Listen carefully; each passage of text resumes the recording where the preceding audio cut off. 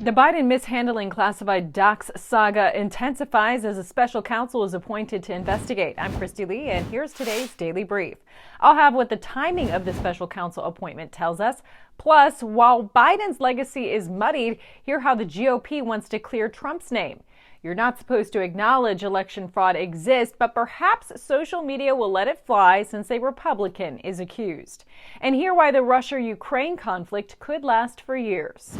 Starting today with new developments in President Biden's alleged mishandling of classified documents. A special counsel has been appointed after even more docs were found in Biden's personal library. And by personal library, I mean in a garage next to his Corvette. Classified material next to your Corvette? What were you thinking? We're going to get a chance to speak on all this, God willing, soon. But as I said earlier this week, people, and by the way, my Corvette's in a locked garage, okay? So it's not like you're sitting out in the street. So but anyway, was in a locked garage. Yes, as well as my Corvette. What's even weirder is the home might not even be owned by Joe Biden, but rather his son Hunter, who is under federal investigation right now. New York Post reporter Miranda Devine highlighted a Hunter Biden background screening with the corresponding address listed. How that could possibly happen. How anyone could be that irresponsible. So AG Merrick Garland just couldn't ignore the need for a special counsel at this point, right?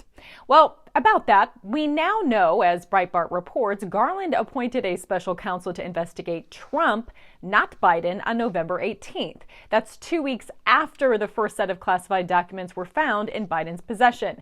The timeline suggests Garland appointed a special counsel to investigate Biden's 2024 presidential political opponent for allegedly mishandling classified documents while potentially knowing Biden had allegedly committed the same violation. The investigation into Biden will be led by former Trump-appointed U.S. Attorney in Maryland, Robert Hur. But here's what else we should know about Hur. He was a partner with Chris Wray at a D.C. law firm and later became a top lieutenant to Rod Rosenstein, a serial liar who pushed the Trump-Russia lie for several years, according to Gateway Pundit. Kash Patel calls Hur a government gangster for being connected to Rosenstein and Wray. The chairman of the Maine House Investigative Committee, James Comer, says he's expanding his probe of the Biden family. Just because Jean-Pierre says that there were only 10 documents at the first location, that doesn't mean a thing to me. Just because she said, well, the lawyers found it and they did the right thing and they turned it over. Well, why didn't they disclose that on November 2nd when they turned it over? We don't know what really happened here. We don't know how many documents there were. For all we know, there could be triple the number of documents that Donald Trump had. Yeah. I mean, this story does not make sense. The White House is involved in another cover-up. Thankfully, somebody on the inside, either because they want to get rid of Joe Biden or because they're disgruntled, is feeding the media bits and pieces of this cover-up. And this is why the House Oversight Committee has launched this investigation to determine what really happened. Comer will examine the University of Pennsylvania's reliance on Chinese donations during the time it employed President Joe Biden and hosted his think tank, where classified documents were recently found improperly stored. Just the news reports the university collected more than $67 million in donations from Chinese sources between 2013 and 2019, two-thirds of it while employing Joe Biden as a guest professor and hosting his Penn Biden Center.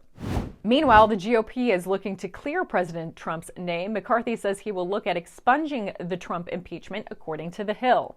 In the last Congress, a group of more than 30 House Republicans put forward a resolution to expunge Trump's impeachment in the wake of January 6. A smaller group had also introduced a resolution to expunge Trump's December 2019 impeachment for allegedly attempting to withhold military aid from Ukraine to advance a Joe and Hunter Biden investigation. The Senate had ultimately acquitted Trump in both impeachments. Calling out election fraud no matter who is doing it, a former Republican official pleads guilty to a 12-count indictment on ballot fraud. Jason Schofield of Troy, New York, pleads guilty to unlawfully using the names and dates of birth of voters to fraudulently apply for absentee ballots for elections held in Rensselaer County in 2021. That's according to a press release from the U.S. Attorney's Office for the Northern District of New York.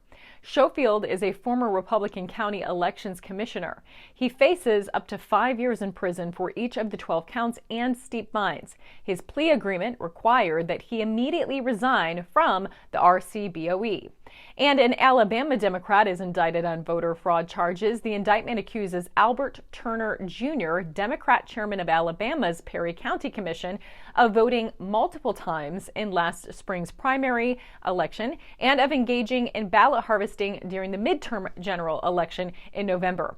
A statement from a Facebook page for Turner suggests that the indictment was politically motivated and alleges that while Turner agrees that the ballot box was stuffed during the elections, it was not by him. The investigation is ongoing. As for the Russia-Ukraine conflict, the Russia army is set to increase its number of soldiers to 1.5 million and create 24 new divisions, according to Remix News. The Kremlin is preparing for a war that could go on for years and is now actively participating in the preparation of large-scale military operations, according to a representative of Ukraine's military intelligence. Perhaps in light of this, Senator Lindsey Graham is calling for sending tanks to Ukraine. But is it at the behest of Ukraine itself? He sent out the tweet calling for more tanks just hours after a Ukrainian propaganda account demanded them via Twitter, according to National File. "To win faster, we need tanks," Defense of Ukraine had tweeted. The love affair with Ukraine continues. It's not enough that D.C. has spent billions of American tax dollars in Eastern Europe. No, tanks must be sent. And while we're at it, we definitely need a bust of Ukraine's president erected in our capital.